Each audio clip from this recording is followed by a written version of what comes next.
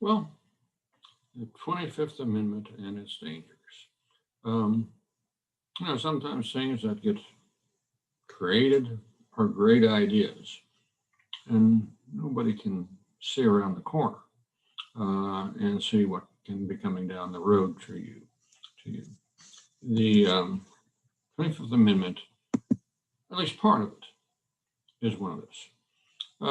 And what it says is fairly clear that whenever the vice president and a majority of the cabinet decide that the president, the elected president, is no longer capable of executing his or her office, that they can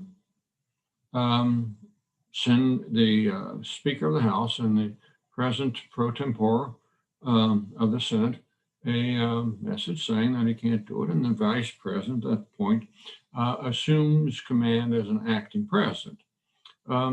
Which seems perfectly well. I mean, you have cases. Woodrow Wilson had a stroke and was pretty much disabled for about a year and a half.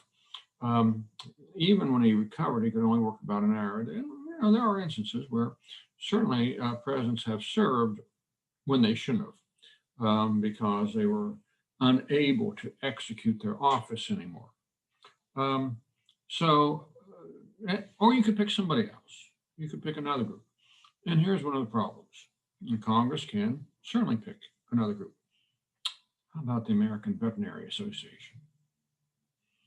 There's nothing in here that says what group. So could a Congress decide to pass the buck to some group that is not necessarily appropriate? Well, sure they can. And if you think you can't, you haven't studied Congress. So this is a serious problem for this amendment. Most of the time, hopefully, if this ever comes up, it will be the vice president and the cabinet who makes the decision. But of course, there's always a problem of an ambitious vice president. I don't know. Let's pick a vice president. Oh, I don't know, maybe Aaron Burr. Pluck that name out of the air there. Maybe somebody like Aaron Burr would be very happy to have gotten rid of Thomas Jefferson and become president. And, maybe you could persuade, lobby, bribe, seduce, whatever, enough cabinet members to get them over to your side. Now, the 25th Amendment provides for that in the sense that the instant the vice president takes over, the president who's just been removed can sign a letter to the president pro tempore of the Senate and the Speaker of the House and just say, no, I'm okay, I'll take it back. Well, okay, so now you got a problem. The vice president, one of the two elected national figures, has said that the president's incompetent, and the president has said that indeed he or she is competent. Boy, that makes for a good executive branch situation, doesn't it? So, in any instance, there are real problems here. Now, you have to allow the president a means to take back the office because, as I say, you could have a very ambitious vice president, quite happy to stage a coup. And so, as a result, you've got this. But then, what happens if indeed the vice president and majority of the cabinet, or as I say, the American Veterinary Association, or whoever Congress has delegated this to, suppose they come back and say, no, the president whom we said was no longer able to function, can't function, and the vice president should now be the acting president. Well, then the Congress has 25 or has 48 hours in which to meet, and then they get 21 days to decide, is the vice president right or is the president right? the two highest elected officials of the land. Which one's right?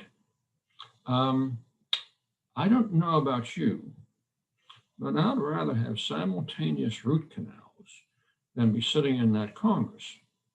The problem, though, with this situation is worse than just the fact that you're going to put a lot of representatives and senators through agony. Can you imagine? Presidents have a great deal of ability to induce people to do things. Do favors for the district. You can do personal political favors. I don't know. I suppose when Thomas Jefferson was Secretary of State, he stole money from the State Department to use it to undermine his boss, President Washington. Boy, do you suppose that money could be used in an inducement?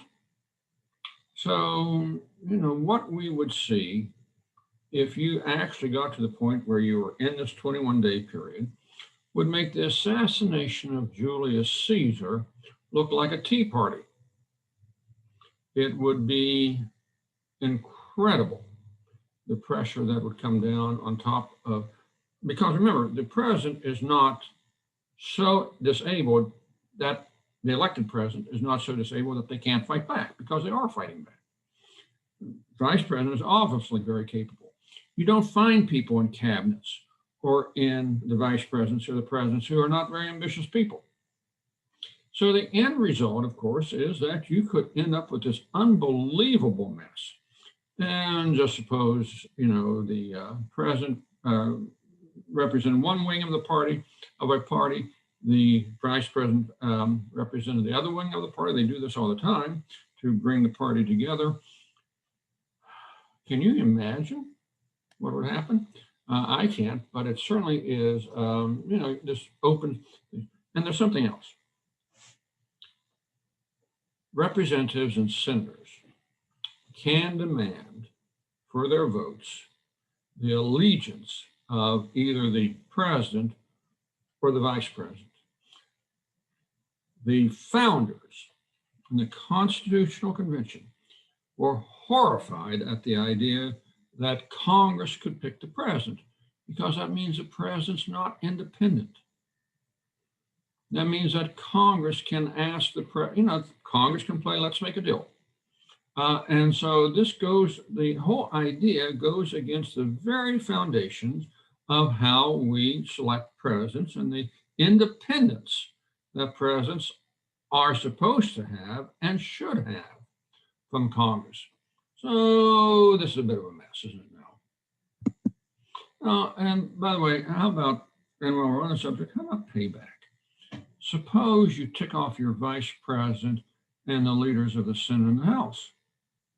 You suppose that in order to get back at a president, they might remove a president? The founders didn't expect to have angels running for office, nor did they expect politicians to become angels.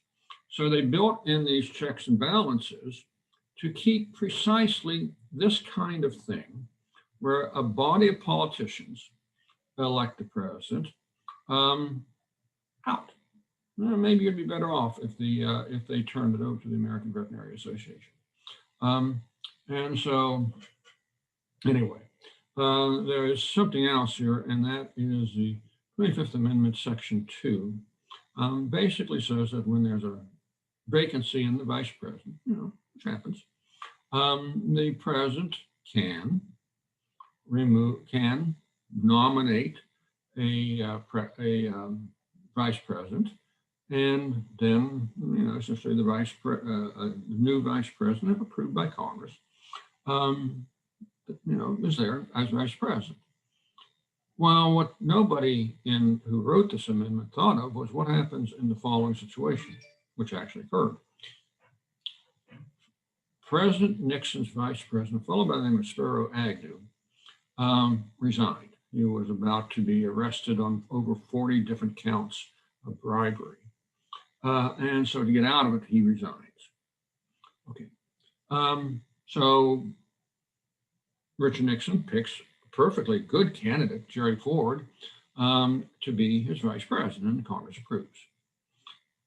Okay, shortly thereafter, Nixon resigns due to Watergate.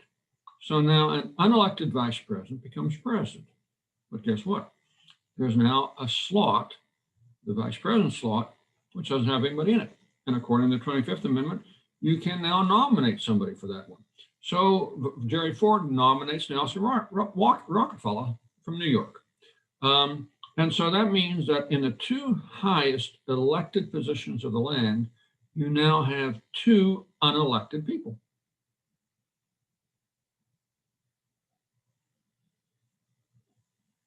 I mean, this is the kind of thing that you can go back and check the Federalist Papers. Believe me, the founders were very insistent that ultimately the people should have a say in this. Only, thanks to the 25th Amendment, you don't, or they don't. And so this is just a disaster waiting to happen, and happen it does. The original Constitution basically said that if the president couldn't execute their offices, then the vice president would, and they left it vague. Well, President Eisenhower, certainly one of our better presidents, certainly one of our most capable presidents, had a stroke, a heart attack, and ileitis. So his vice president, Richard Nixon, took over the cabinet meetings and things such as that. So as a result, the government continued to run fine. Nixon was very careful about these things. He didn't sit in cabinet meetings. He didn't sit in Eisenhower's place. And basically things went along smoothly. Could a vice president under these circumstances veto a bill? As I read the Constitution, yes. That was never decided. But I think there's something here to be said for leaving this vague enough that we don't end up with unelected representatives, and we don't end up with people, vice presidents and cabinet members, conspiring to get rid of a president for whatever reason. Oh, there's good reasons to have a vice president in charge. I already mentioned Woodrow Wilson. Chet Arthur took over from the assassinated James Garfield, and he was dying of Bright's disease, which is a kidney disease, even as he took the oath of office. And takes the oath of office in 1881. He barely makes it to 1885. He's in a deep depression because his wife has died, should probably not have been president. So there are times when vice presidents need to take over. I have no real trouble with the idea of a vice president being nominated. But there is real potential there for abuse. If I woke up tomorrow morning and somebody said that the 25th Amendment had somehow or another been annulled, I would say, yeah, that's a good idea. It's just too open to abuse. There's just too many things that can go wrong. Too much plotting, too much scheming, payback, bribes, lobbying, and the people don't get a say in the whole mess.